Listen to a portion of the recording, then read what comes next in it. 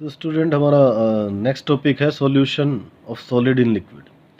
Solid in liquid ही ज़्यादातर solution हम देखते हैं अपनी डेली लाइफ में। तो सॉल्युबिलिटी क्या होती है? Solubility of solid in liquid, it is the amount of solid in grams that can be dissolve in 100 gram of the liquid to form a saturated solution. मतलब सैचुरेटेड सोल्यूशन क्या होता है? सबसे पहले तो वो बात करें, वो सोल्यूशन जिसमें फर्दर हम सॉल्यूट डिज़ोल्व नहीं कर सकते। मतलब अगर डालोगे और सॉल्यूट तो डिज़ोल्व नहीं होगा, वो नीचे बैठ जाएगा उसमें सोल्यूशन में। ऐसे सोल्यूशन को हम क्या बोलते हैं? Saturated solution. तो मैक्सिमम अमाउंट किसी सॉलिड का सॉल्यूट का जो 100 ग्राम ऑफ सॉल्वेंट में लिक्विड में घोला जा सके उसी को बोलते हैं हम solubility. Now there are certain factors on which solubility depends: nature of solute and solvent।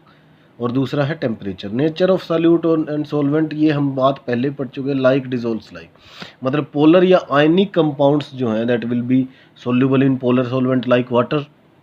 और नॉन पोलर जो कंपाउंड्स हैं, कोवलेंट कंपाउंड्स जो हैं, they will be soluble in non polar solvents like benzene, carbon tetrachloride, chloroform etcetera etcetera. क्या कारण है? जब आयनिक किसी सॉलिड को हम पानी में डालते हैं तो हमें पता है पॉजिटिवली और नेगेटिवली चार्ज आयन होते हैं। क्या होता है कि वाटर का जो नेगेटिव पार्ट है, मतलब ऑक्सीजन वाला जो पार्ट है, that will attract the positive ion and positive part of water will attract the negative ion. तो इस अट्रैक्शन की वजह से the both the ions get aparted, वो एक दूसरे से दूर दूर हो जाते हैं, अलग हो जाते हैं।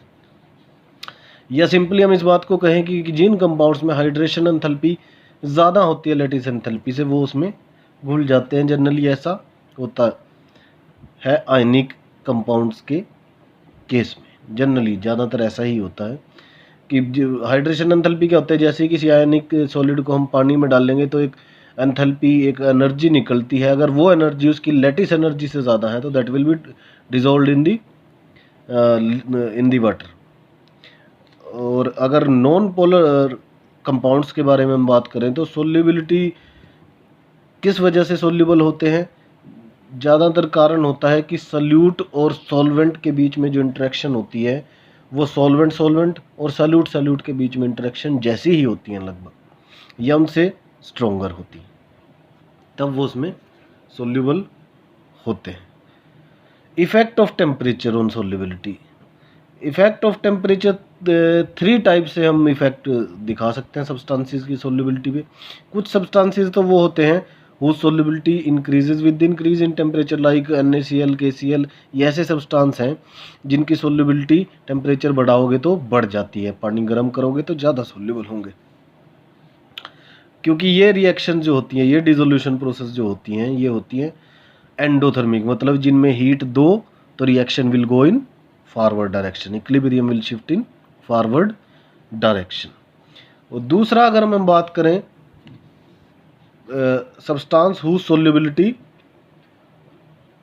Decreases continuously with the increase in temperature. तो कुछ सब्सटेंसेस ऐसे भी हैं जिनकी सोल्युबिलिटी जो है वो घटती है क्योंकि इनकी डिसोल्यूशन प्रोसेस जो होती है दैट इज़ एक्सोथर्मिक।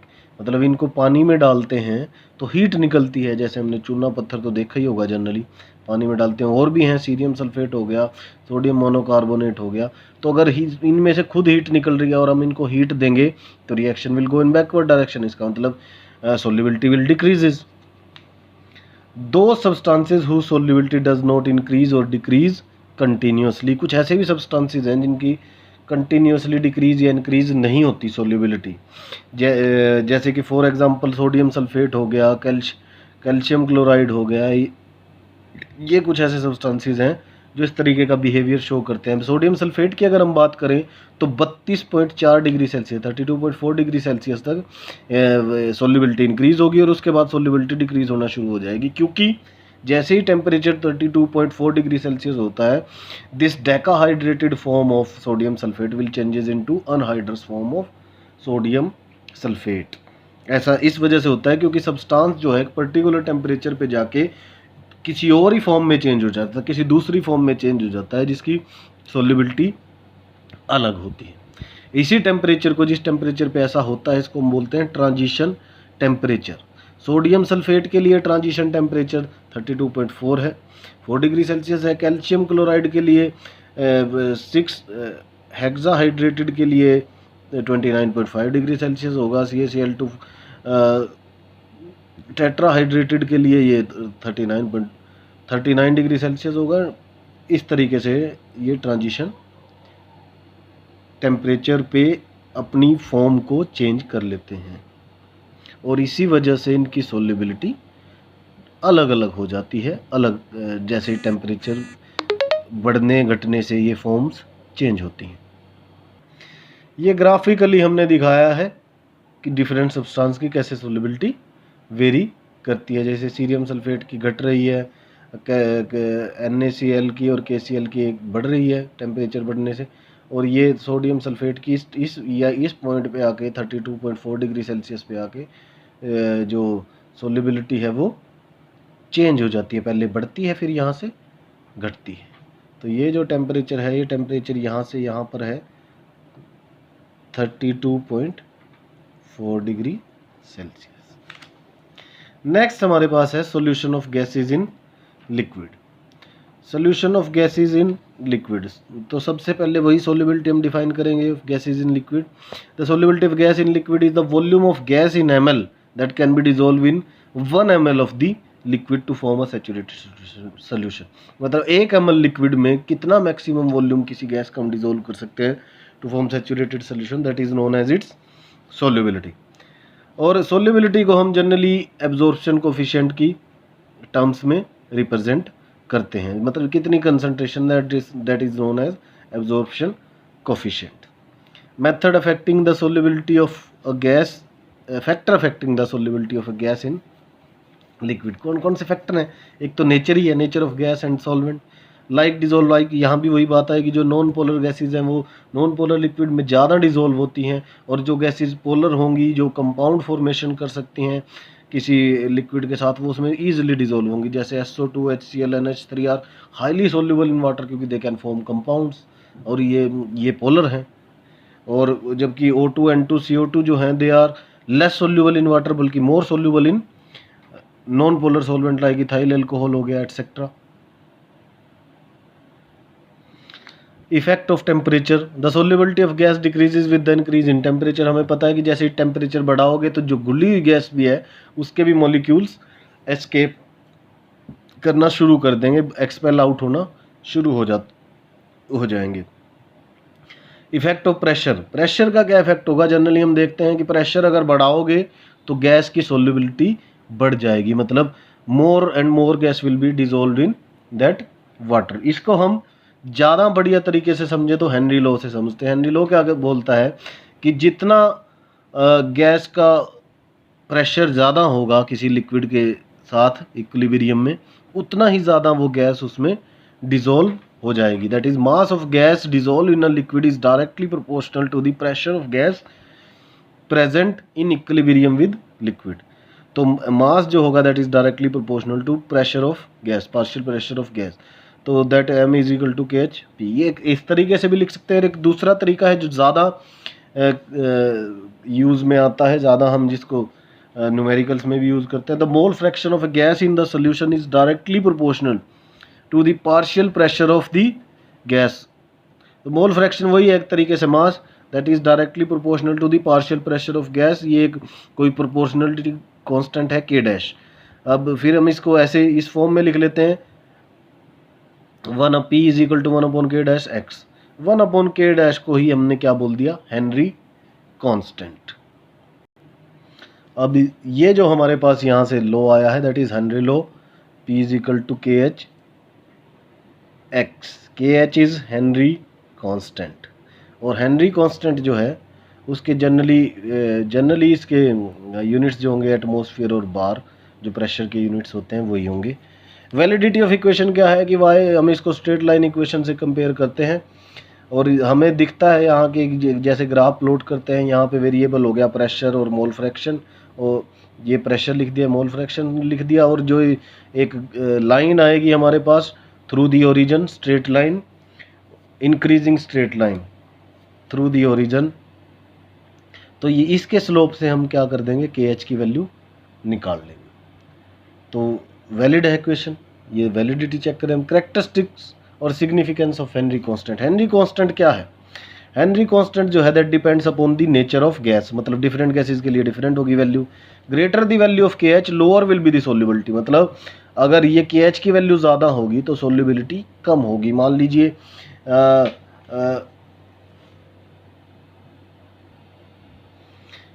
प्रोडक्ट जो है पी के एच एक्स, ये प्रोडक्ट जो है ये 100 है, इस 100 में से के एच की वैल्यू है 50, तो एक्स की वैल्यू कितनी होगी? ऑब्वियसली 2। और के एच की वैल्यू अगर यहाँ पे मान लीजिए है 10, तो एक्स की वैल्यू अपने आप ही बढ़ जाएगी कितनी? That will be 10। तो इसका मतलब जब के एच की वैल्यू कम है तो एक्स की वैल्यू कम है, एक्स इज मोल फ्रैक्शन, यानी कि इसी को क्या बोल सकते हैं हम? सोल्युबिलिटी। ठीक है, लेकिन जब के एच की वैल्यू कम है तो एक्स की वैल्यू बढ़ गई है। तीसरा पॉइंट हमारे पास क्या है कि value of K H increases with the increase in temperature. वही जो हम बोल रहे हैं कि एच की वैल्यू टेम्परेचर बढ़ने से इंक्रीज होगी, इसी कारण से सोल्युबिलिटी डिक्रीज होगी।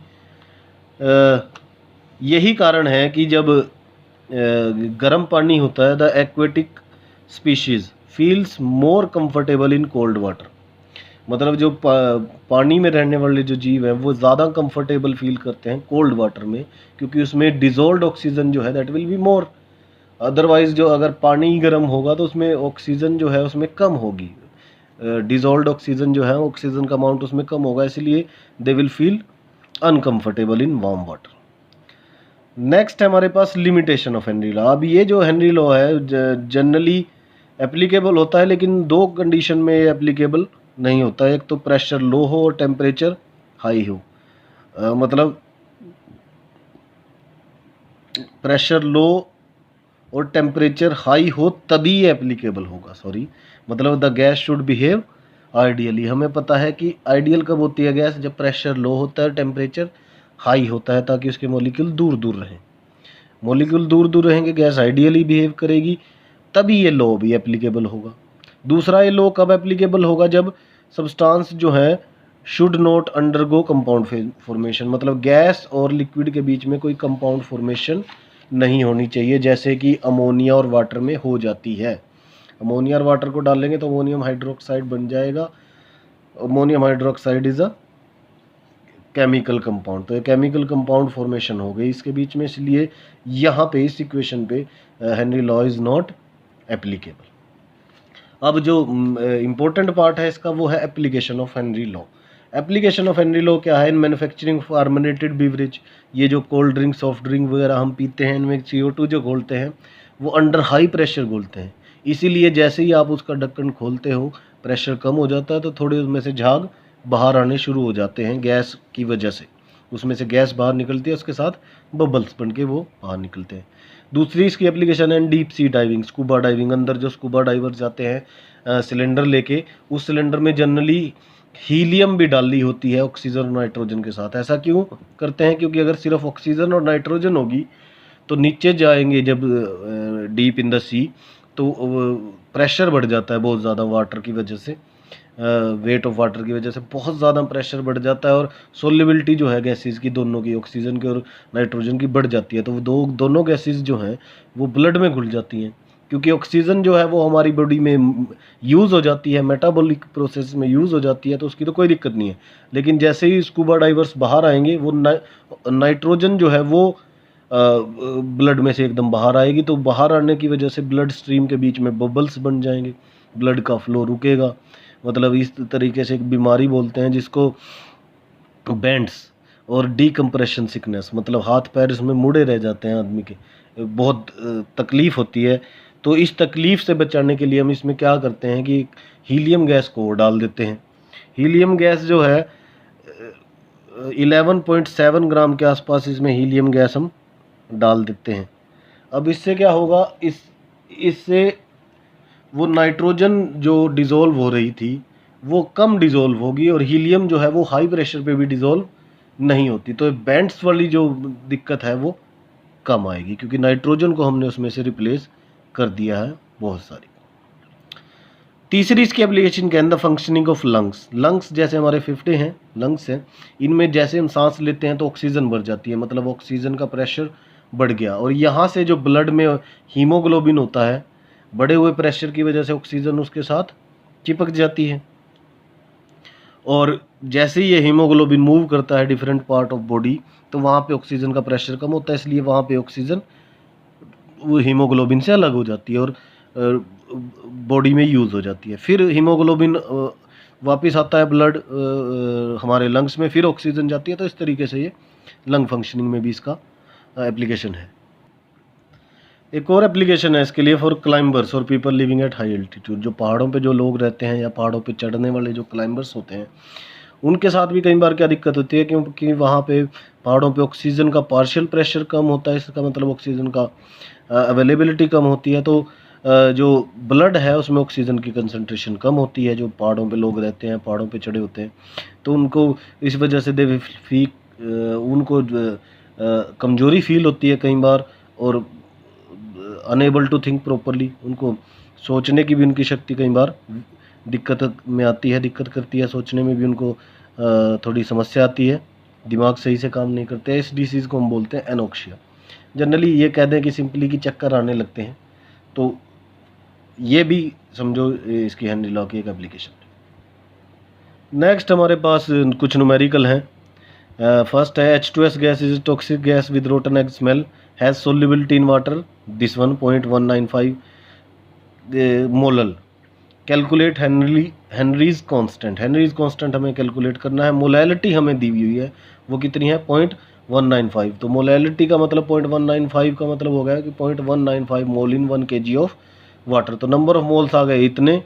नंबर ऑफ मोल अब हमें निकालने हैं H2O के। H2O के कितने हैं हमें पता है, 1 kg है पानी। 1 kg पानी, एक पानी का मोलर मास कितना होता है, 18। तो 1000 को हमने 18 से डिवाइड किया है, तो ये पानी के आ गए। मोल फ्रैक्शन ऑफ H2S अब हमें चाहिए। मोल फ्रैक्शन ऑफ H2S कैसे आएगी, number of moles of H2S divided by total number of moles, मतलब H2S के भी और H2O के भी, पानी की भी। तो ये मोल फ्रैक्शन आ गई H2S गैस की। प्रेशर ये गिवन ही होता है या हमें पता ही होता है, समझो अगर नहीं दिया हुआ है तो प्रेशर एट STP हो गया 0.987 बार।